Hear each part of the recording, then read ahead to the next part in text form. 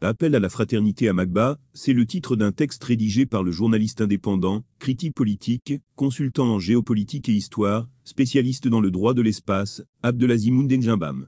Celui qui est connu pour ses actions pour la restitution des biens culturels africains expropriés s'est penché sur le conflit qui a débuté ces dernières heures entre les royaumes Tikar et Bamoun à cause d'une appellation le roi Tikar a appelé son homologue Bamoun mon fils. Cela n'a pas plu aux Bamoun, qui l'ont immédiatement attaqué physiquement. Les Tikars ne sont pas restés de marbre.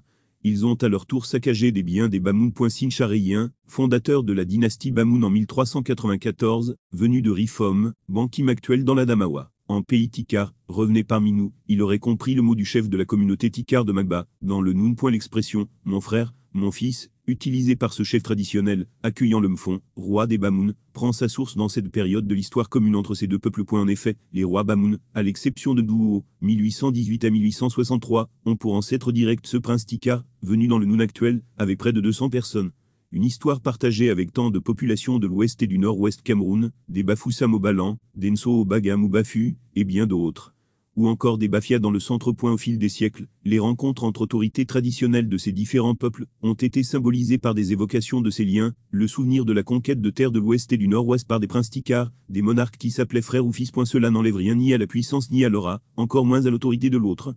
Bien au contraire, comme on le voit dans bien des chefferies de l'Ouest Cameroun, cela permet d'ancrer davantage le présent dans l'histoire, de valoriser un patrimoine immatériel, de transmettre aux jeunes générations des pans de l'histoire précoloniale de l'Afrique. L'un des exemples de ces symboles est, au sein même de la royauté Bamoun, l'existence de titres comme Titamfon, littéralement père du roi, accordés à des dignitaires ou des personnalités ayant rendu d'éminents services ou descendants de personnages emblématiques ou liés à la contrée.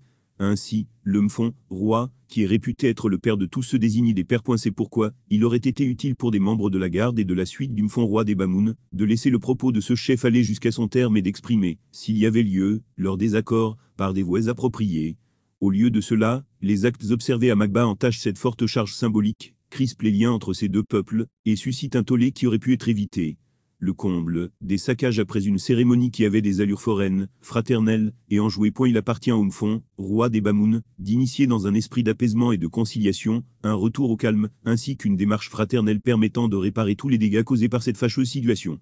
Cela aurait la vertu, d'une part, de réitérer la nécessité du respect des principes républicains, d'édifier les uns et les autres sur les symboles de l'histoire entre ces peuples, et enfin, que plus jamais de telles scènes n'adviennent.